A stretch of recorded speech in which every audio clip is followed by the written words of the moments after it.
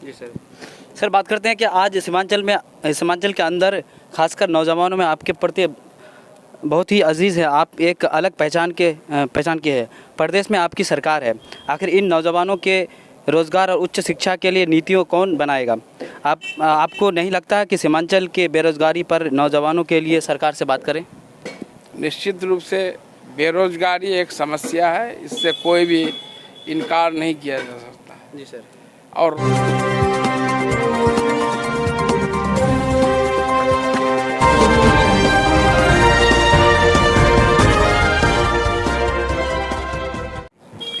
अस्सलाम वालेकुम, नमस्कार, आदाब। मैं हूं आपका दोस्त असद रब्बानी और आप देख रहे हैं अपना न्यूज़ चैनल सच्ची बात जनता की आवाज़। दोस्तों, आज एक आदित्य ई रिक्शा शोरूम का उद्घाटन समारोह पर सीमांचल के लोकप्रिय नेता प्रदेश उपाध्यक्ष जेडीयू प्रदेश उपाध्यक्ष सह पूर्व कोचाधामन विधायक जनाब मास्टर मुजाहिद साहब इस मौके पर पहुंचे हैं। सर, आपका बहुत बहुत स्वागत। चलिए, आपका भी बहुत बहुत स्वागत रब्बानी साहब और आपके चैनल के सभी लोगों का। सर, आज पहली बार आपसे मुलाकात हुई है और कुछ सवाल करना चाहते हैं। जैसे राजनीति में लंबे समय से आप हैं सर, जैसा कि आपका सक्रियता इस विधानसभा चुनाव हारने के बाद काफ़ी दिख रहा है, इसलिए ये सवाल आपसे पूछना चाहता हूँ सर। अमोर विधानसभा में आपके दौरे भी बढ़ गए हैं। मेरा दौरा जो है हर जगह बढ़ गया है, ये अमोर का भी ही नहीं है। जी सर। ये लोगों का प्यार है कि जहाँ लोग बुलाते हैं। अब यहाँ Aditya enterprises e rickshaw showroom का उद्घाटन था, लोगों का प्यार है कि मुझे बुलाया, मैं आया हूँ। फिर यहाँ से अभी पीपल तोड़ा में अल अमीन ट्रस्ट के द्वारा एक जो है ENT हेल्थ चेकअप कैम्प का जो है उद्घाटन करना है। फिर वहाँ जहाँ लोग मुझे याद करते हैं, सुख में दुख में, मैं अपनी हाजिरी दर्ज करता हूँ। चाहे वो अमोर हो, ठाकुरगंज हो, पूर्णिया ज़िले का और दूसरा एरिया हो, चाहे अररिया हो, कहीं भी, या बिहार के किसी भी जगह हो। सर, अमोर विधानसभा की बात करते हैं तो सबसे ज़्यादा बदहाली है, सबसे ज़्यादा नदी से प्रभावित लोग हैं। तो सर, अमोर विधानसभा के बारे में क्या करना चाहते हैं? अब बदहाली तो है, जो बदहाली को दिखलाकर जो लोगों को सपना दिखाकर जी जो है आए हैं पद में, तो ये सवाल तो उनसे बनता है कि वो क्या कर रहे हैं। जी सर। क्या उनके दिमाग में एक्शन प्लान है अमोर के बदहाली को दूर करने के लिए, ये तो वो बताएंगे। जी हाँ, अब मुझसे जहाँ भी लोग जाते हैं, कहीं भी नदी कटाव या जो भी समस्याओं में, मैं निश्चित रूप से जाता हूँ। अभी भी कल आपके जो है घेराबाड़ी के 2 लोग डेथ मुझे मालूम हुआ। मैं रात को 9:30 बजे तक सदर हॉस्पिटल में ही था, पोस्टमार्टम वगैरह, या और भी कोई मामले में नदी कटाव हो। पिछले दिनों आसजा कब्रिस्तान में नदी कटाव हो रहा था जी। अब वहाँ काम में अनियमितता थी, मैं गया और उसके खिलाफ जो है मैं पत्राचार किया, जांच भी हुआ और फिर दोबारा वहाँ काम भी हुआ। सर, कुछ लोग कहते हैं कि जेडीयू और कांग्रेस अंदरूनी मिला हुआ है, लेकिन अब विधानसभा में दोनों अगेंस्ट है।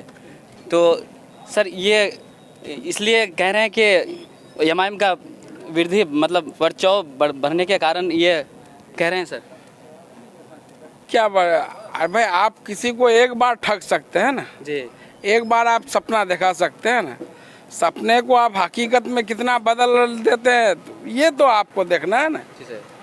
अब यहाँ एमआईएम, कांग्रेस और जेडीयू की बात नहीं है। तो जिन लोगों ने कल तक जो है ये लोगों को आपके यहाँ दिखाया, 35 साल से इलाके को लूट लिया, ये लिया, ये बांस तो ये बोरा, ये लूट खसोट है। कल तक वो सवाल गांव-गांव जाके कह रहे थे कि आपको पैसा मिला, आपका घर कट गया। जी सर। नहीं दिया, आपका पक्का घर कट गया, इतना मिलना चाहिए, नहीं मिला।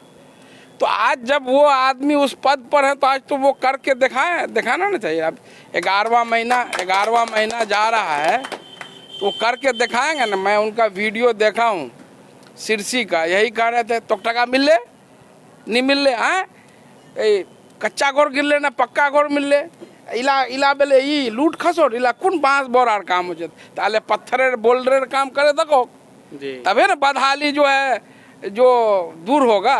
जी सर। तो जो बोले हैं तो वो करके आप जो ज़्यादा बोले हैं तो पकड़ होगी, चाहे वो कोई भी हो, कितने बड़े नेता हो। जब जो वादा किए हैं वो पूरा नहीं करेंगे तो कांग्रेस भी उसको पकड़ेंगे। अगर जेडीयू वाले हम भी अगर वादा किए होंगे तो हमको भी, मैंने अपने चुनाव में वादा किया था कि हम 2015 में हम इसको एक आदर्श विधानसभा बनाएंगे। तो आप देख लीजिए अपने विधानसभा का और 5 साल में रोड, सड़क, बिजली, स्कूल, हॉस्पिटल, आप कंपैरिजन कर लीजिए। तो मैंने जहाँ तक भ्रष्टाचार पर भी दर्जनों लोगों को जेल भेजा, खाली बोले ही नहीं, उसको करे आखिरी दम तक, उसको अंजाम तक पहुँचाया।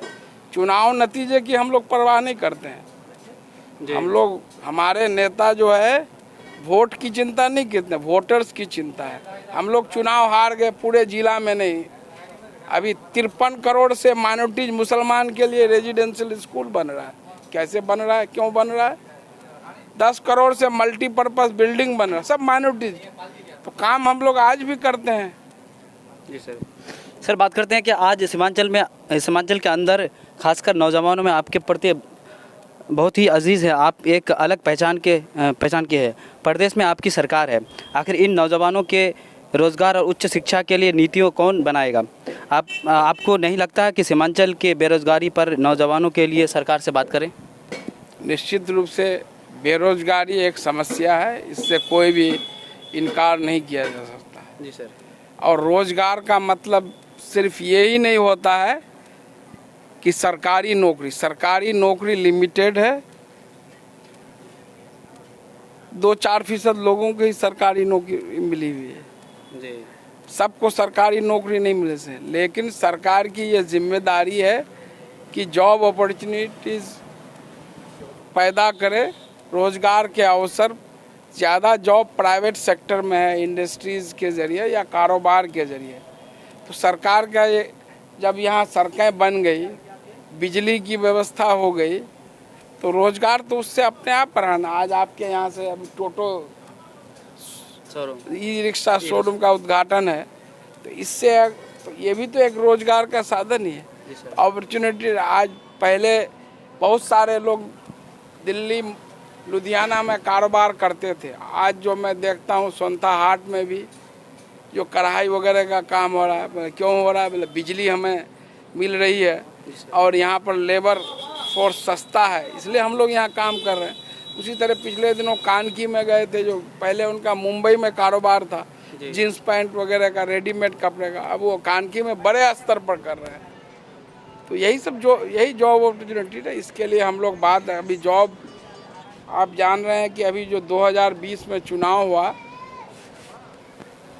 तो उसमें सरकार का, नीतीश कुमार का एक क्या था कि सरकार जो है, जब सड़क बन गया, बिजली हो गया, सब चीज़ का व्यवस्था हो गया, कि सरकार जो है औद्योगिक नीति में, इंडस्ट्रियल पॉलिसी में बदलाव ला करके प्राइवेट सेक्टर के लोगों को जो बुला रहे हैं अपने बिहार में, किशनगंज में, हर ज़िले में, कि यहाँ आप उद्योग लगाइए, हम आपको हर तरह से सुविधा देंगे, सब्सिडी देंगे, ज़मीन में सुरक्षा देंगे। तो जो है ये उसी के तरफ है। ये अभी जो 2020 में घोषणा पत्र में मेन वही है, रोजगार उपलब्ध कराना। और उसी के तहत जो है मुख्यमंत्री उद्यमी योजना की शुरुआत की गई है।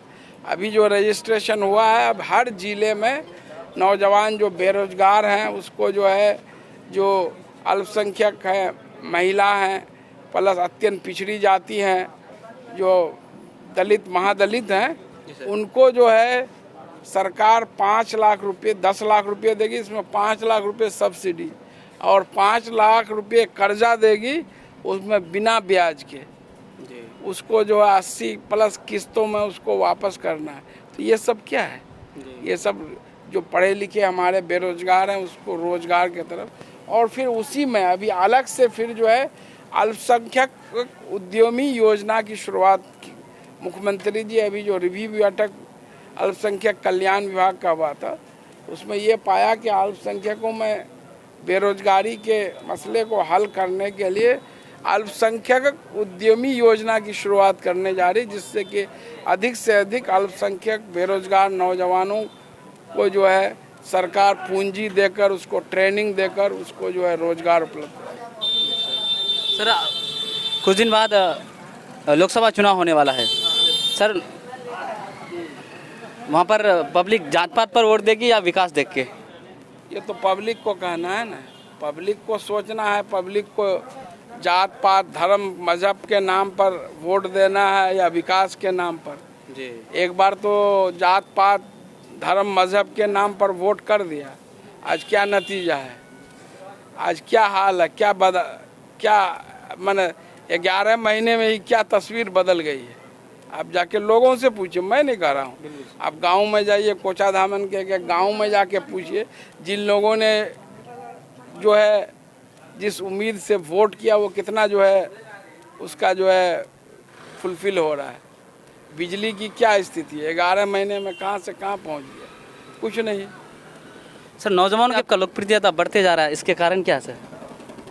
अब ये तो नौजवान लोगों से ही पूछिए, नौजवान लोगों में मैं तो भाई ईमानदारी के साथ पद में रहूं ना रहूं 24 घंटा जनता के बीच हूं। आप देख लीजिए, जिस दिन से चुनाव हारा हूं, आज भी रात दिन जनता के सेवा में, युवाओं के साथ उनके जो मसले हैं उसके लिए मैं संघर्ष कर रहा हूं, स्ट्रगल कर रहा हूं। चलिए सर, आपका बहुत बहुत शुक्रिया, आपने कीमती वक्त दिया। तो दोस्तों ये थे उपाध्यक्ष साहब, पूर्व विधायक कोचाधामन मास्टर मुजाहिद साहब। तो दोस्तों देखते रहिए सच्ची बात जनता की आवाज़, लाइक करें, सब्सक्राइब करें, फिर मिलते हैं नेक्स्ट एपिसोड में, तब तक के लिए धन्यवाद।